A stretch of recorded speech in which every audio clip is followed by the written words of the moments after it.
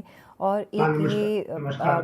Break through मिला है 2570 rupees का आपको, जो करोड़ रुपीज़ का आपको जो ऑर्डर मिला है।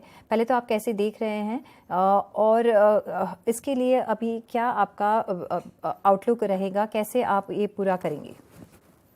नमस्कार। ये देखिए, हम लोग एक इंजीनियरिंग यूनिट हैं और 2570 करोड़ का ऑर्डर तो ठीक है, ये गवर्नमेंट का भी आया है। इसके पहले हमारे पास में 2100 करोड़ के ऑर्डर और भी थे। और ये जो ऑर्डर है ये बहुत ही प्रेस्टिजियस है। ये भारत सरकार का एक सपना था कि गांव के जो रूरल एरियाज हैं उनको कैसे कनेक्टिविटी के साथ जोड़ा जाए, और जिससे कि जो गवर्नमेंट की जो दूसरी ऑर्गेनाइजेशन की जो दूसरी उनकी योजनाएं होती है, वो जैसे टेली टेली मेडिसिन है, या बैंकिंग सर्विसेज है, या टेली एजुकेशन है, उनको कैसे वहाँ पहुँचाया जाए। और बिना ब्रॉडबैंड के तो ये हो नहीं सकता। तो इसलिए गवर्नमेंट का ये जो बीएसएनएल के माध्यम से उन्होंने ये जो एक अपना काम किया है, और उसमें गवर्नमेंट के पास में 55,000 करोड़ रुपए यूएसओ फंड में उनके पास रिजर्व थी, जिससे उन्होंने ये, और अभी एक बहुत बड़ी योजना गवर्नमेंट ने ली, जिसमें से अभी 2 सर्कल के ऑर्डर हमको मिले हैं 2570 करोड़ के, जो कि हम इजीली एग्जीक्यूट कर लेंगे, और जो कि हमारे लिए बहुत ही कोई कठिन काम नहीं है। हम इसको आराम से एग्जीक्यूट कर सकते हैं। ऑर्डर में कहा गया है कि round about 3,350 tower location sites develop आप करेंगे। कितना टाइम फ्रेम देख रहे हैं, और कैसे एग्जीक्यूट करेंगे? गवर्नमेंट ने हमको टाइम दिया है 1.5 से 2 साल का, जो कि हम इजीली इसको एग्जीक्यूट कर लेंगे। इसमें कहीं कोई असुविधा नजर नहीं आती। ठीक है। और बाकी देखें तो अपनी आपकी दूसरी ऑर्डर बुक कैसे है, और वहाँ कैसे आप टाइम लिमिट्स रख के चल रहे हैं, और नए दूसरे कुछ ऑर्डर्स मिलने की आशा है?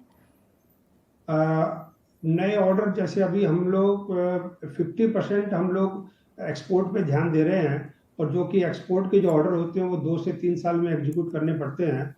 तो ये अभी बिडिंग पाइपलाइन भी हमारे पास में 8,000 से 10,000 करोड़ की है, जिसमें हम ये समझे कि अराउंड 50% डोमेस्टिक है, 50% एक्सपोर्ट के हैं। तो ये क्योंकि आगे आने वाला टाइम हमको लगता है कि स्कीपर के लिए बहुत ही अच्छा रहेगा, क्योंकि हमको एक्सपोर्ट के भी ऑर्डर अच्छे मिल रहे हैं, और डोमेस्टिक भी आपने अभी जैसे देखा कि बीएसएनएल के माध्यम से हमको ऑर्डर मिले हैं। बीएसएनएल में अभी भी हमारी कुछ पाइपलाइन में है, मे बी आगे आने वाले फ्यूचर में हमको और भी ऑर्डर मिले। दूसरा जो एरिया है आपका रिन्यूएबल एनर्जी स्पेस में ट्रांसमिशन के लिए, उसमें भी आपने कहा है कि एक इंक्वायरीज बढ़ती हुई दिख रही है। वहाँ कैसा आप आउटलुक रख के आगे चल रहे हैं?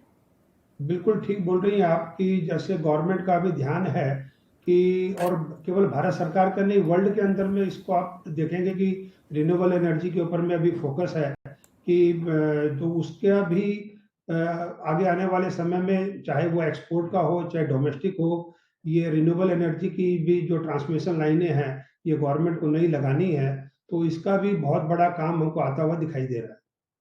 हम्म। दूसरा जो अपकमिंग है वो है आपका इंजीनियरिंग प्रोडक्ट बिजनेस।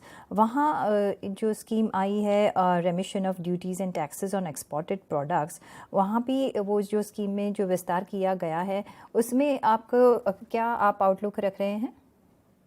बिल्कुल, आप ठीक बोल रही हैं। ये बहुत दिनों से अटका हुआ काम था। भारत सरकार ने इसको भी एग्री किया, और एक्सपोर्ट के अंदर में जो ये एक हमको जो बेनिफिट अभी नहीं मिल रहा था वो गवर्नमेंट ने अलाउ किया है। इसके साथ साथ गवर्नमेंट अभी बहुत से फ्री ट्रेड भी और अलग अलग कंट्रियों के साथ कर रही है।